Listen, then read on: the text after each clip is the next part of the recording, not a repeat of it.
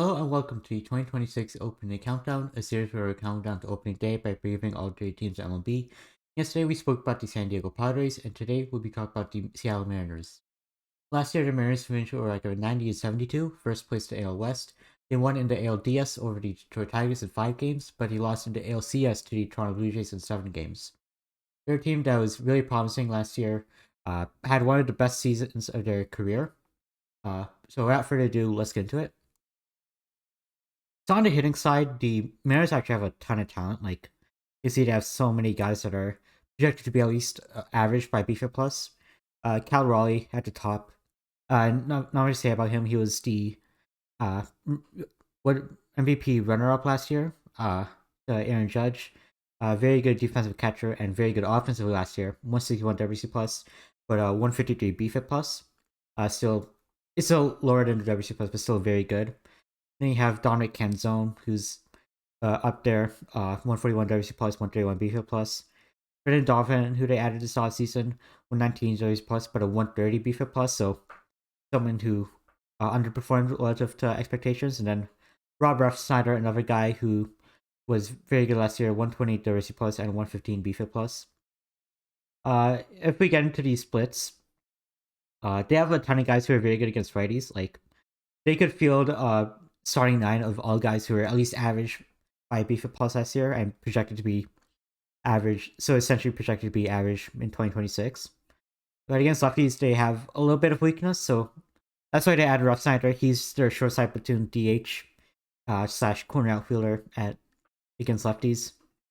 I think he probably had platoons with someone like Canzone, who was very good against righties, but against lefties, like, he was fine, but small sample, only 68 player appearances.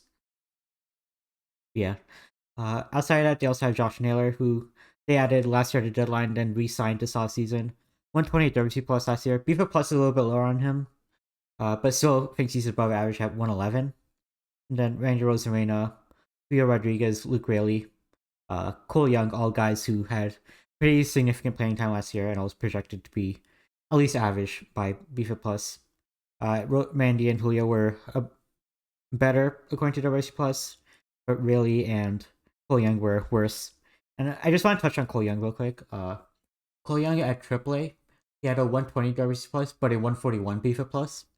So even though the sample in the big leagues is like not the largest, uh, the 141 BFIP plus at AAA in 245 playing appearances combined with the 101 BFIP plus at the MLB level, you combine those together, he should be projected for around average, maybe even slightly above average offensive numbers. And most of the projection systems agree like he's at least an average hitter, and you get that at second base. That's a very good player out there. So yeah, that's what I have for the offense. Like, onto the pitching staff. The pitching staff is generally pretty good, but I think last year was a lot like the park was doing a lot of the heavy lifting. Like Gilbert, he was a guy who was performing better. Like, sorry, performing worse than peripherals, like 344 ERA, but peripherals had him as including BFIP, like high 2s, low 3s. Brian Wu, he was again like Brian Wu was sort of lucky, 294 ERA, but BFIP 332, like peripherals around 330. Luis Castillo, another guy, 3.54 ERA, but a 4.32 BFIP, which are actually worse than average. And then Bryce Miller, like, sort of had injury issues. Like, I believe he will miss opening day due to, let me double check. He's gonna miss opening day due to a strained oblique. So, he again, like, the injury issues like persisting for him.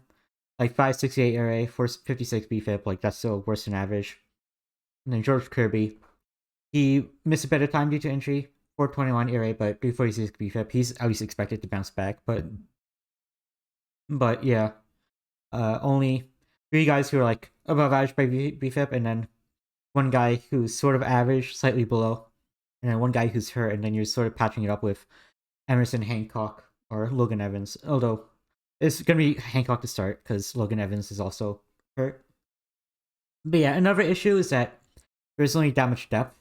Like you're sort of hoping that Kate Anderson and Ryan Sloan can step into that role, sort of like what happened to Trey Savage last year with the Blue Jays, but no guarantee that they make it to the big leagues. And let's say Miller, sorry, not Miller, like let's say Hancock or Castillo get hurt like pretty quickly, then you're really pressing for guys because you don't really have anybody who can step in right away. Because like let's say, because at AAA they have Randy Dominic on a minor league deal, they have Dane Dunning on a minor league deal. Those guys aren't really that great. So yeah, not the greatest. Like it's a good, definitely a good rotation, but depth wise, not that great. As for the bullpen's a lot better. You have Andres Munoz at the back end of that bullpen, 173 ERA, 299 BFIP. Basically, all the profiles have him as like a sub 3 ERA, pretty much. Then you back that up with Matt Brash, very good reliever, 247 ERA, 296 BFIP.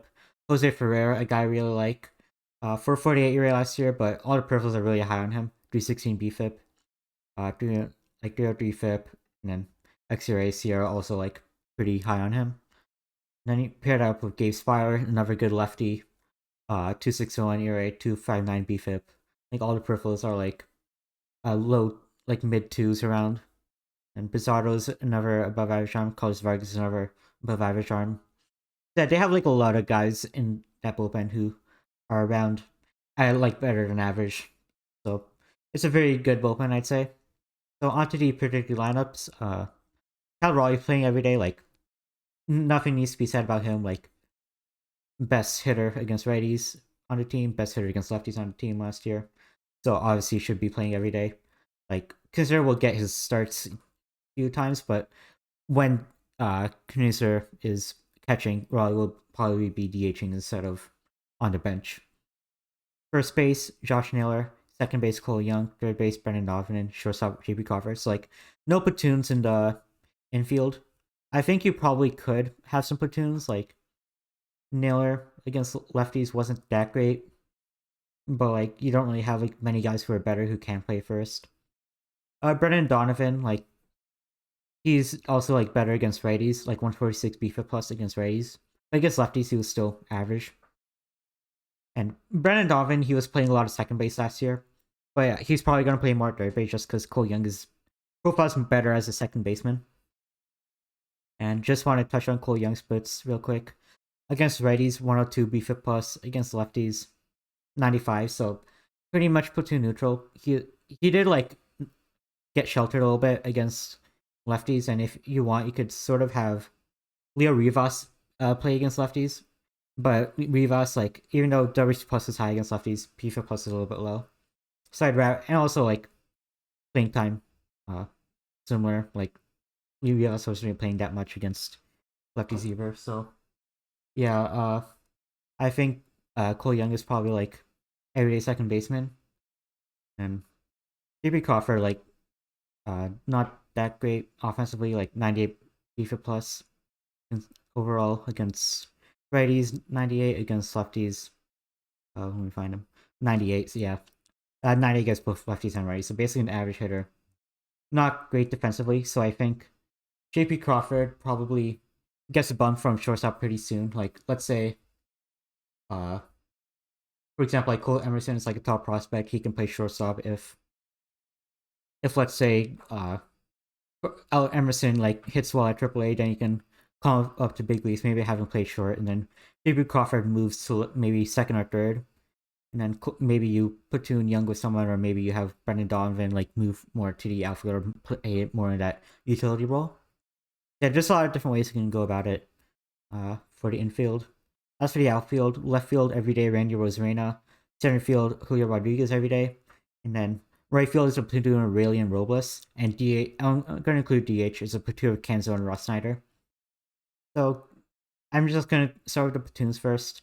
Kenzone and Rayleigh, both very good bats against righties, but against lefties, they are like fine against lefties, but again, like very small samples for both. But Robles he's not as great, but like he was injured a lot, and also like he's a righty, so he's better against lefties. Like you look at against righties, he was like very bad.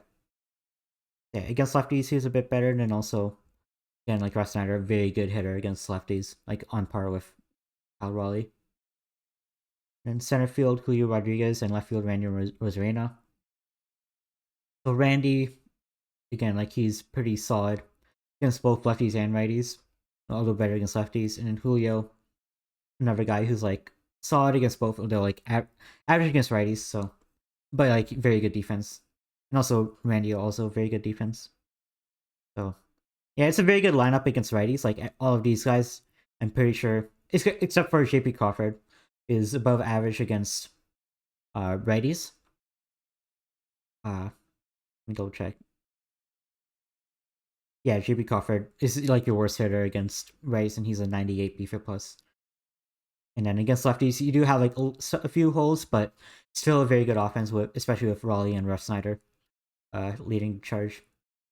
As for the pitching staff, Gilbert, Wu, Kirby, Castillo, Hancock. Again, like the pitching staff, let me show everybody. Like you do have a few guys at the top in Gilbert, Wu, and Kirby. But outside of those three, I don't really see like Castillo having a very good year. Like I think he might have a decent year just because of the park, but I think park adjusted numbers will have him as like sort of an average pitcher. And then Bryce Miller, Hancock, and Evans are sort of like gonna share time as their fifth starter. None of them were particularly great last year. I think Miller can bounce back, but you're sort of hoping for that to happen rather than expecting it to happen.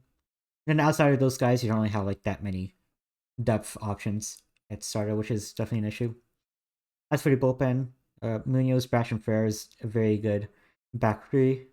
Munoz, Brash, Frere, like, all like close to 3 BFIP, and then you also have Gabe Spire, who's 2.59 BFIP, and then Bizarro as well, Vargas. Like Embiid and Quiswell just as like depth guys. Quiswell is sort of like your long relief. 7 outings, 17 and 2/3 innings. This pretty much average last year by BFIP, 452, but ERA 357, like solid, I guess. And then Legumina, another guy who's average last year by BFIP, although the ERA wasn't as great. So yeah, that's what I have for the lineups. Onto the win projections. So of course Raleigh had a 8-win season last year, not really projected to repeat that, but still 6 wins is very good.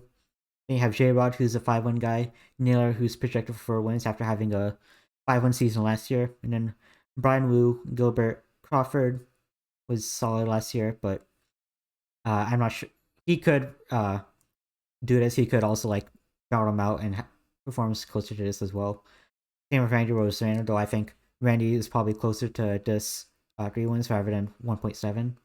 And Kirby, Donovan also like in the mix, and then a lot of guys between 1 and 2 wins. So the win projection for the Mariners is 95 and 67, which is definitely like quite high.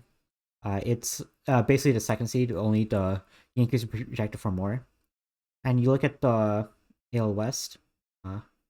Here, it's mostly because like the West is pretty weak relative to like it's just a pretty weak division. Like the Angels are not predicted to do that much. Rangers aren't really predicted to do that great. A's, they do have some talent, but pitching is really going to hold them back. And then the Astros sort of like they had a ton of injuries last year and missed the playoffs. Unsure if they really like bounce back fully, although they definitely can like bounce back. So yeah, I wouldn't say it's a cakewalk for the Mariners, but they definitely have an inside track to repeating as the division winners in the AL West. And then like from there, they probably get a bye. It depends on like if like the Tigers like sorry, let me like filtered by AL. They definitely like have a chance for the bye, but it depends like if the AL like central winner, probably the Tigers like catches up to them. Because the AL East probably is gonna have a bye, and then AL honestly like AL Central is pretty weak division, so the winner of the AL West probably gets a bye, and since the Mariners are pretty likely to win the AL West, they have a good chance of getting that bye. So yeah, that's what I have for the Mariners. Thank you for watching, and goodbye.